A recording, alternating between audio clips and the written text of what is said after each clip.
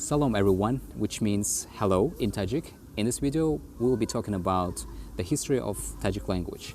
So in the beginning of the 20th century, Tajik was considered by a number of writers and researchers to be a variety of the Persian language because Tajik is so closely related to the Persian spoken in Iran and Afghanistan.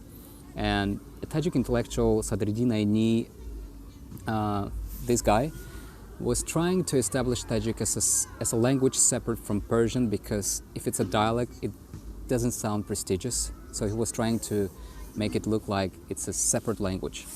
So the Persian language in Tajikistan was renamed Tajik by Stalin in 1932 in order to distance Persian speakers in Central Asia from Persian speakers in Iran. Tajik was written in Arabic script until 1928, and after that the Roman alphabet, Latin alphabet, was introduced and used until it was replaced by the Cyrillic alphabet in 1940. Then with a modified version of the Cyrillic alphabet in 1990s. After the fall of the Soviet Union and Tajikistan's independence in 1991, the government of Tajikistan has made substantial efforts to promote the use of Tajik in all spheres of public and private life. For example, in my hometown, some streets were renamed.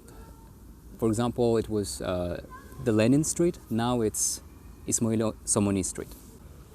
Tajik has been under strong Russian influence. That's why most modern loan words in Tajik come from Russian as a result of the position of Tajikistan within the Soviet Union. So Russian is widely used for administration and business. Some Tajik dialects, Northern dialect and Southern dialect. My dialect is Northern and South dialect is a little bit different, but still people can understand you. And there are two other dialects, the dialect of the Pamirs and the Yagnob River Valley. I wouldn't say dialects because they speak in a totally different language. I don't understand them at all. So they have their own language.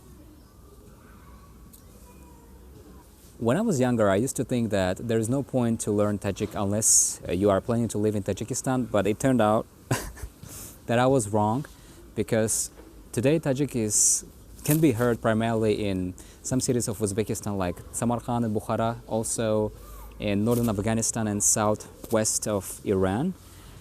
It's a beautiful language and it's not that hard compared to Russian and Chinese. And it's beautiful, yeah. So stay tuned, next video will be about the Tajik language. Hi, which means bye.